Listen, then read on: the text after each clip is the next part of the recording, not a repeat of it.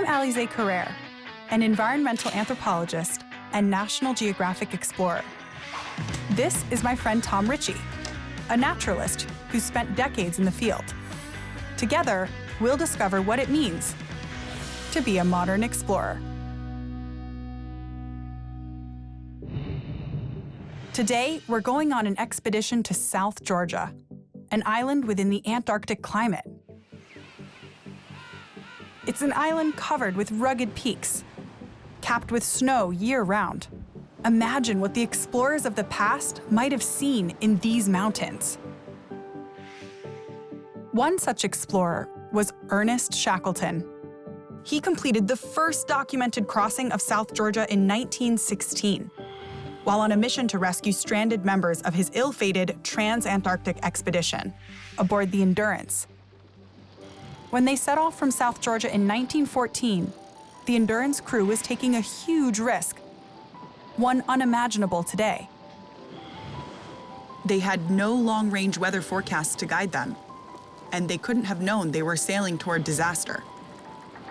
The thick pack ice trapped and then slowly crushed the Endurance, leaving the men stranded with no choice but to survive on the ice.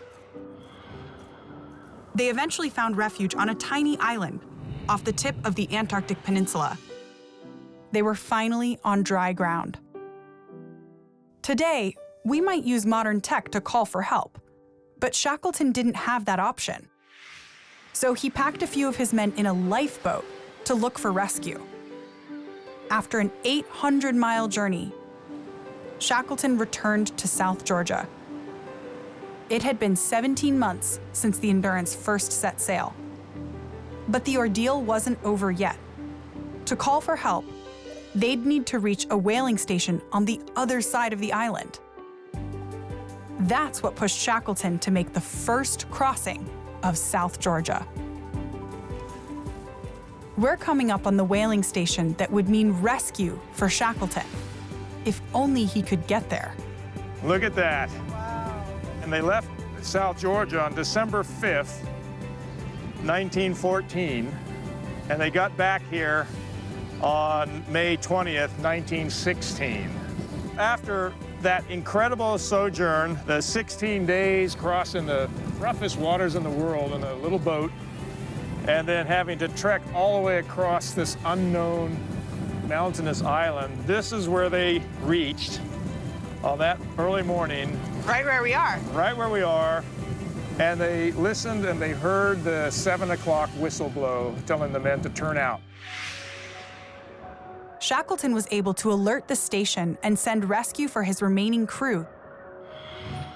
They kept lookout every day, but spirits were low.